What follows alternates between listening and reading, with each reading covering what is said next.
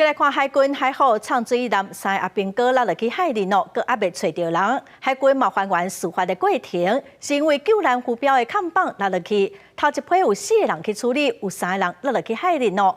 并机长嘛赶紧协助嘛落落去海里。第3批救生组来的人，其中嘛有2个人落落去海里。目前是有3个人阁失踪哦。海军是强调讲，因会阁继续找找。海军的海虎参水男3个官兵伫1半内海失联，虽然已经过黄金72点钟救援时间，国军也是继续出动海空兵力敲找，而且因应洋流的变化，大大扩大搜救的范围。你每4个小时会按照它整个洋流的整个测算，然后我们逐步来扩大我的搜寻的范围。每个人落海的时间，它不是一次掉下去，是陆续下去啊。海军也说明事发过程，海虎参水男这摆任务的执行期间是18到19。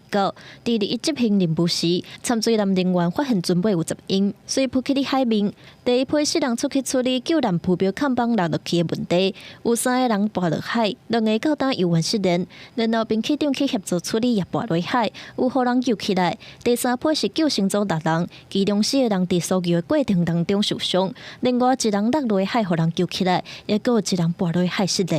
它底下会带了一个300公尺的钢缆，那这个钢缆是结合在潜舰上面的。那整个钢缆出来之后，它为了避免车叶的缠脚，所以它才会派人出去来做处理这个事情。那个地方的涌的确是比较高的。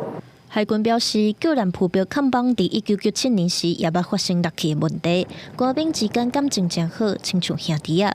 除了唔放弃搜救失联的3个人，参与救援甲互人救回来的官兵心情犹原真无稳定，后续心理辅导也是重点。这些受伤的官兵，刚刚开始的心绪状况其实是非常不稳定了。事实上来讲，他们内心的创击是非常严重的。不过，就算国军发生意外，犹原无要放任战备训练。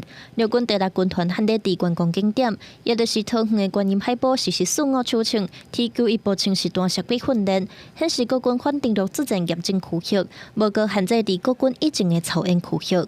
记者综合报道。